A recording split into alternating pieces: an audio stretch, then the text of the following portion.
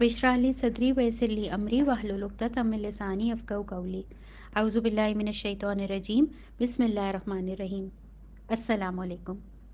Let's start the 6 juz of the Holy Quran with making our intentions clear for Allah subhanahu wa ta'ala. This para is the continuation of Surah An-Nisa and starts with verse number 148. Allah subhanahu wa ta'ala says, Allah does not like evil words to be said openly, except from anyone wronged. Allah subhanahu wa ta'ala is all hearing, all knowing. Examples of public mention of evil are backbiting, gossiping, false accusations, mockery, etc. Instead of abusing others publicly, we have been encouraged to forgive others and conceal their faults. When we hide the faults of others, Allah subhanahu wa ta'ala will conceal our shortcomings, inshallah. Verse 153 to 175 is a debate with the people of the book. Here Allah subhanahu wa ta'ala mentions their crimes one by one. To start off, Allah subhanahu wa ta'ala condemns their stubborn demands for evidences. Allah subhanahu wa ta'ala says, the people of the book ask you to bring down to them a book from the heavens. But they asked of Musa even greater than that and said, make us see Allah with our own eyes. Then Allah subhanahu wa ta'ala tells us that they worshipped the cow even after seeing clear signs from Allah subhanahu wa ta'ala. They had been asked to worship Allah subhanahu wa ta'ala on the Sabbath, meaning the day of Saturday, but they disobeyed those commands as well. They killed many prophets of Allah, slandered Hazrat Maryam alayhi salam, and then boasted that they had killed Hazrat Isa alayhi salam. We are further told that they riba or interest and took away the wealth of the people unjustly. But then Allah subhanahu wa ta'ala gives us some positive news as well.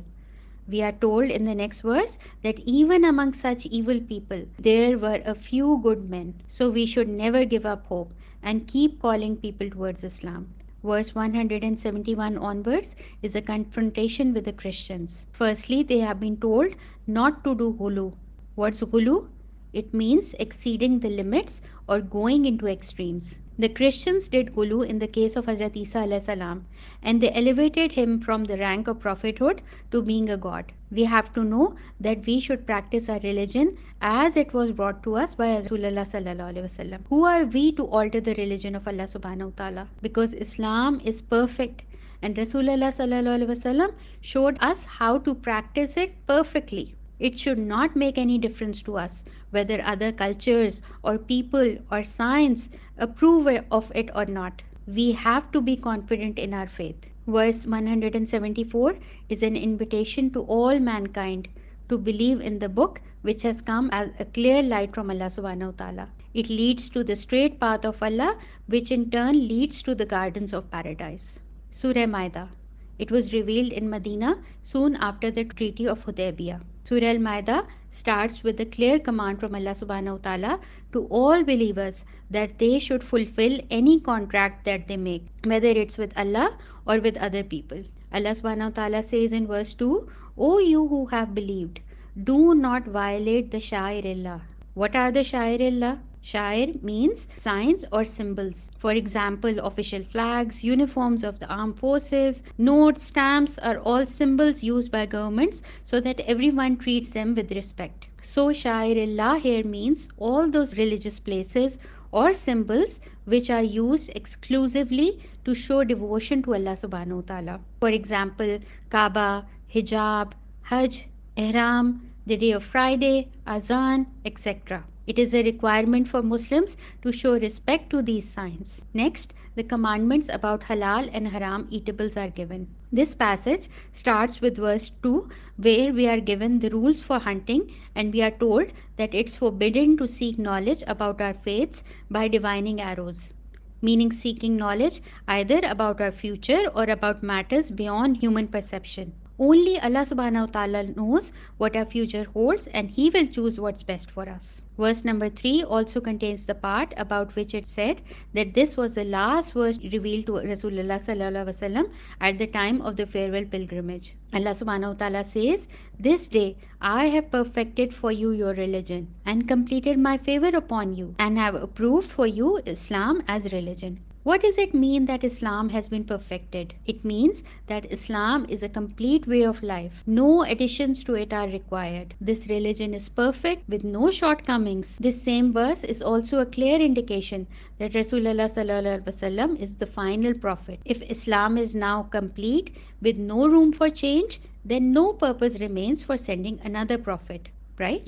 In verse number 6, method of doing wuzu, tayammum and ghusl have been given. Verse number 8 reminds us that our obligation towards Allah subhanahu wa ta'ala also includes that we deal with all people with justice and tolerance. In verse 12 to 14, Allah subhanahu wa ta'ala mentions the covenant which Allah took from Bani Israel and the Christians and how both parties violated the contract. Allah subhanahu wa ta'ala says, "Surely Allah took a covenant with the children of Israel, and we raised up from them 12 of their leaders. And Allah said, Behold, I am with you if you establish prayer and pay zakah and believe in my prophets and help them and lend Allah a good loan. I will certainly remove from you your evil deeds and will surely cause you to enter gardens beneath which rivers flow. Whoever of you disbelieves thereafter has indeed gone astray from the straight path." Are these not the same demands that Allah subhanahu wa ta'ala makes from us? How many from amongst us are following all these demands? Do we establish prayer and pay zakah? Do we fulfill our duty to spread the message of Islam, which is the only way to help the Prophet? Verse 20 to 26 is the incident which happened at the time of Hazrat Musa alayhi salam. Musa alayhi salam, after reminding the Bani Israel of the many favors that were granted to them from Allah subhanahu wa ta'ala, told them to enter the Holy Land. But they refused. Why? Because they had heard that the people who lived there were very strong. Only 2 true believers were willing to put their trust in Allah subhanahu wa ta'ala and fight for the sake of Allah. The rest of them refused and said, "O Musa, we will not enter it ever as long as they are within it. So go you and your Lord and fight. Indeed, we are remaining right here." As a result, Allah subhanahu wa ta'ala punished them and said, "Then this land is forbidden to them for 40 years, during which they will wander through the land." Compare this to the response given by the Ansar during the Battle of Badr, when Rasulullah sallallahu alaihi wasallam asked them for their advice about fighting the mighty army of the Quraysh. The Ansar said, "We will never say as the children of Israel said to Musa alayhi salam. Rather, march on and we will be with you." We should also check ourselves. Do we only follow the commands of Allah subhanahu wa ta'ala in tough situations, or do we take the easy way out? Next, the story of the 2 children of Hazrat Adam alayhi salam is told in verses 27 to 31. Both brothers offered a sacrifice for Allah subhanahu wa ta'ala, but only one of them got his sacrifice accepted, as his intention was pure. This led to one brother being jealous of the other. He was so envious that he murdered his own brother. Murder is such a big sin that in the very next ayah, Allah subhanahu wa ta'ala tells us that whoever takes a life, it will be as if they killed all of humanity. Whoever saves a life, it will be as if they saved all of humanity. In verse 33, Muslims have been ordered to give severe punishment to the individuals who try to cause corruption and chaos in the land. Then we are told in verse 38, the punishment for stealing. The punishment is to cut off a hand on the first offense. Now these punishment might seem harsh to us, and the enemies of Islam label them as barbaric. But what they don't tell you is that this punishment is not applicable to the theft of food items, or if it's something of little value. We have to realize that Islamic punishments called hudud crimes have a purpose, and it is to prevent crime from being committed in the first place. In the next few verses, Allah subhanahu wa ta'ala tells us that those who do not judge according to the law revealed by Allah subhanahu wa ta'ala are disbelievers, kafirun. Next verse says that such people are oppressors, zalimun, and the next verse again says that such people are wicked, fasikun, because these people, instead of listening to Allah subhanahu wa ta'ala, refer to opinions, desires, customs that people themselves invented. How can the creation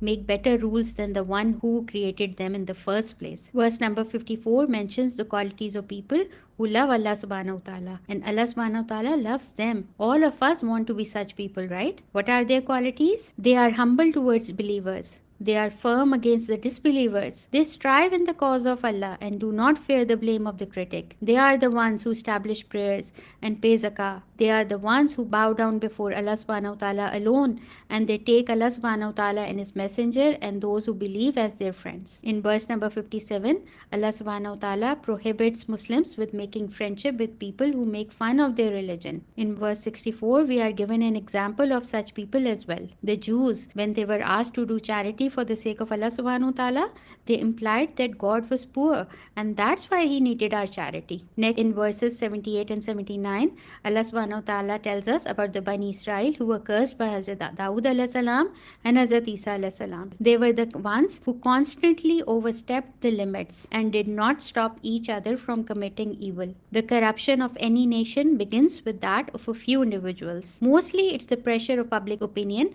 which keeps those individuals in check and prevents the nation as a whole from becoming corrupt. When someone has strong iman, he or she will neither do any wrong act themselves nor allow others to do it. This brings us to the end of the sixth para and to our question for today. And the question is, what are the Sha'ir-illah? And do I honor and respect them? Inshallah, we will meet again tomorrow with the next para. Allah Hafiz.